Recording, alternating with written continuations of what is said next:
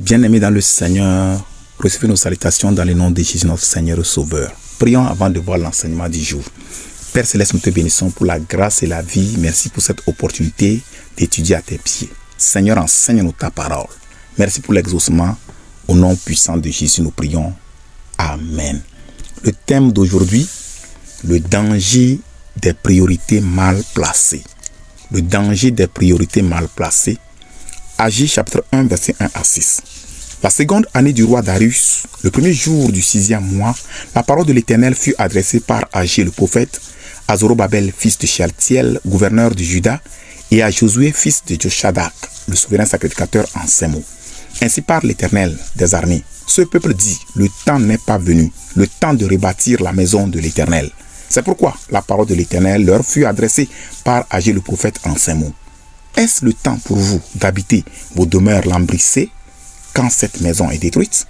Ainsi parle maintenant l'Éternel des armées.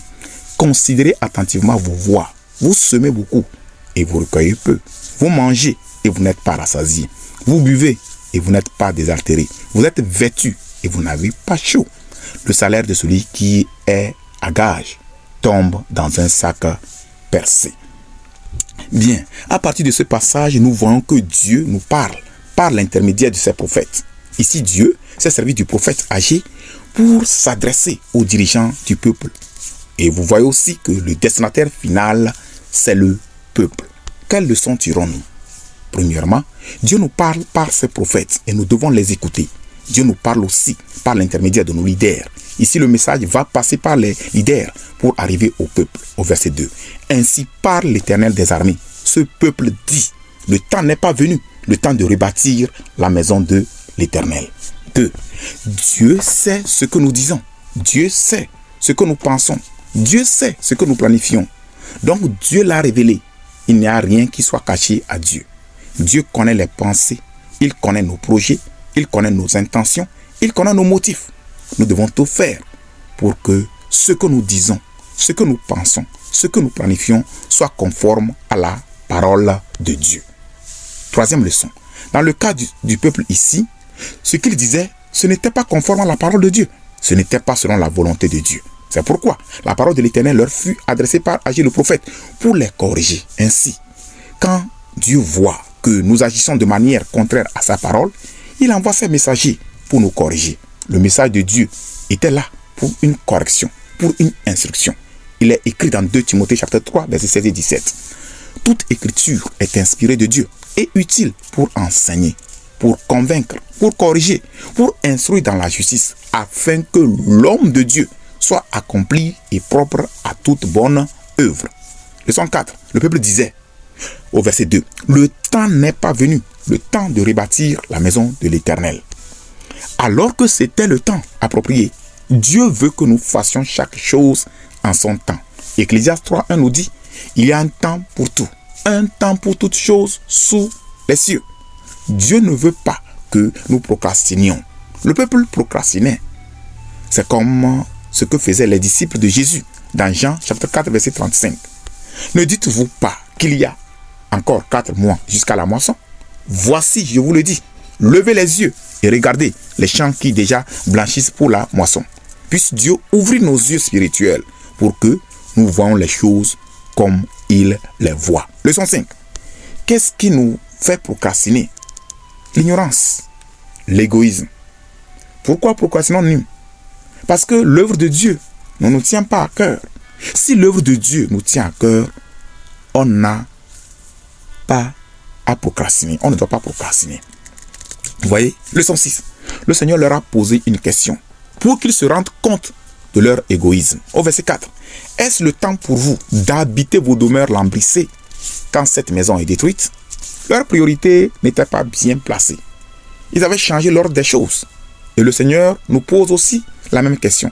Est-ce le temps pour nous d'accumuler les choses et les biens par ici et par là, de chercher à réaliser nos rêves par tous les moyens, alors que nous ne nous préoccupons pas des choses célestes? Est-ce le temps? Jugeons-en. Le Seigneur veut que nous ordonnons les priorités. Nous devons bien placer nos priorités pour chercher les choses d'en haut premièrement. Matthieu 6, 33. Cherchez premièrement le royaume et la justice de Dieu, et toutes ces choses vous seront données par-dessus. La Bible nous dit de nous affectionner aux choses d'en haut. La Bible nous dit de donner notre cœur à Dieu et d'aimer ses voies. Colossiens 3, 2 nous dit affectionnez-vous aux choses d'en haut et non à celles qui sont sur la terre. Proverbe 23, verset 26. Mon fils, donne-moi ton cœur et que tes yeux se plaisent dans mes voies. Voilà les choses qui doivent être notre priorité. Si nous donnons notre cœur à autre chose, si nous avons un cœur partagé, nous ne pouvons pas servir Dieu.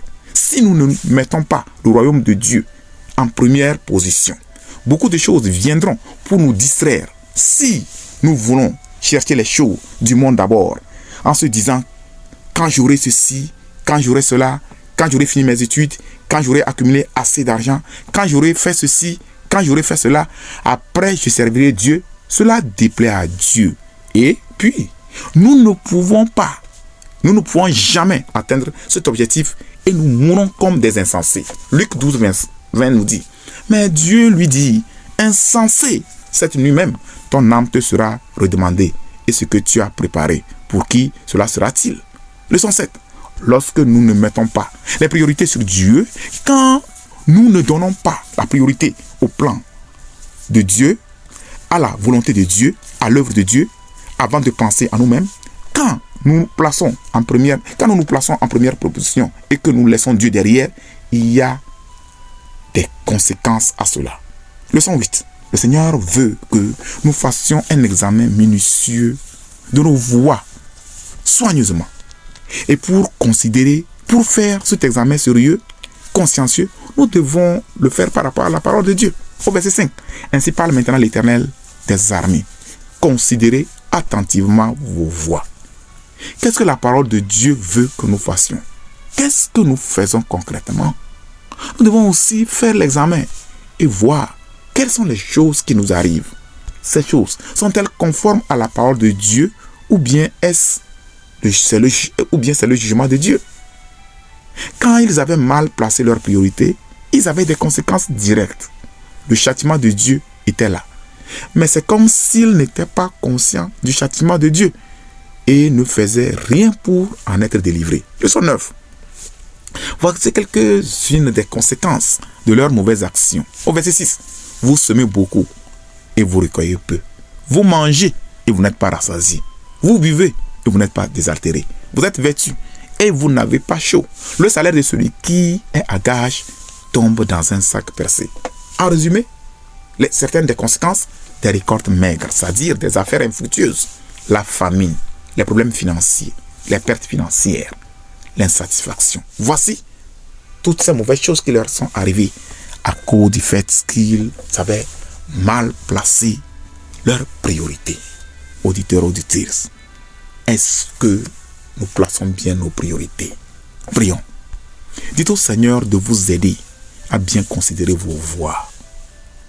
Dites au Seigneur de vous aider à faire les choses comme il le veut. Dites au Seigneur de vous aider à bien placer vos priorités.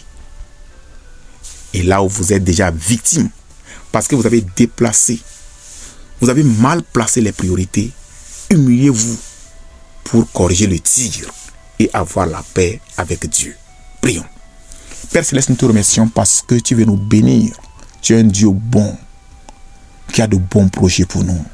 Mais il arrive que certaines fois, nous passons à côté de ce projet parce que nous plaçons mal nos priorités. Seigneur, nous avons écouté ta parole et nous nous humilions devant toi pour corriger les choses et revenir faire les choses comme tu le veux.